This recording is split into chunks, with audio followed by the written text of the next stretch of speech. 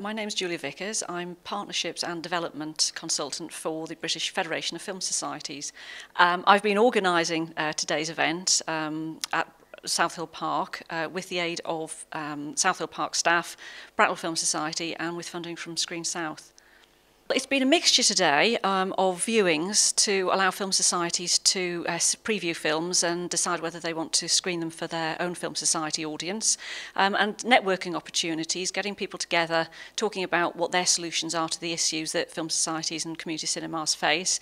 And also it's been an opportunity for new organisations who are just about to start setting up screenings in their communities to talk to experts. We had a Q&A this afternoon for people who with any questions about legal aspects or marketing or programming, to talk to people who've been doing it for a long time and find out some solutions to and some ideas for how they might do it themselves.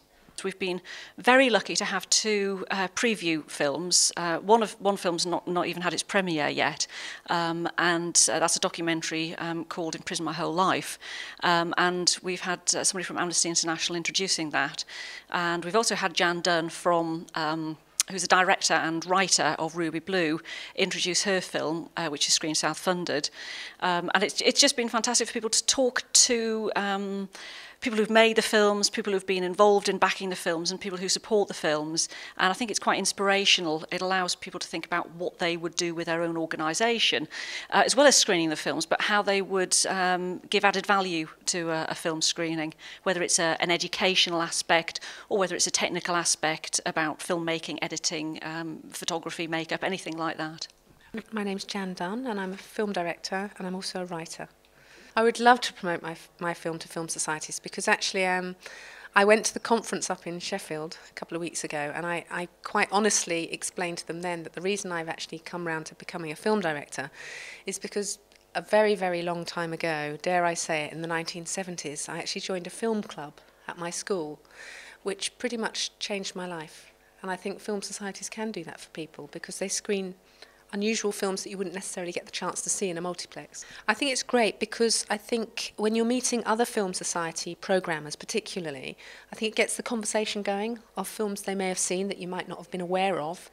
And I think there's all sorts of hidden gems all over the place. I mean, I find hidden gems at film festivals when I get the chance to go and watch films.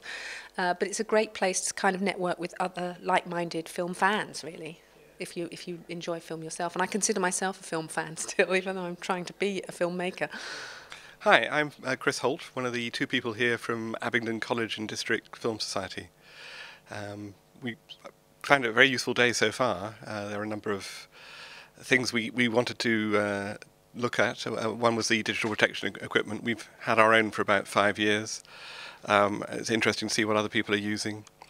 And the other issue is that we wanted to talk about the impact of the Licensing Act 2003, which we recently come up against, and its effect on film classification in film societies. We had a very useful discussion about that in the 1:30 question and answer session. That was very, very useful.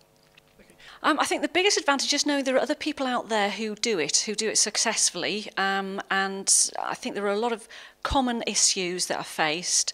It's quite complicated in terms of licensing, and there are different ways of sorting out licensing issues, and there are a lot of solutions, and people have shared those today.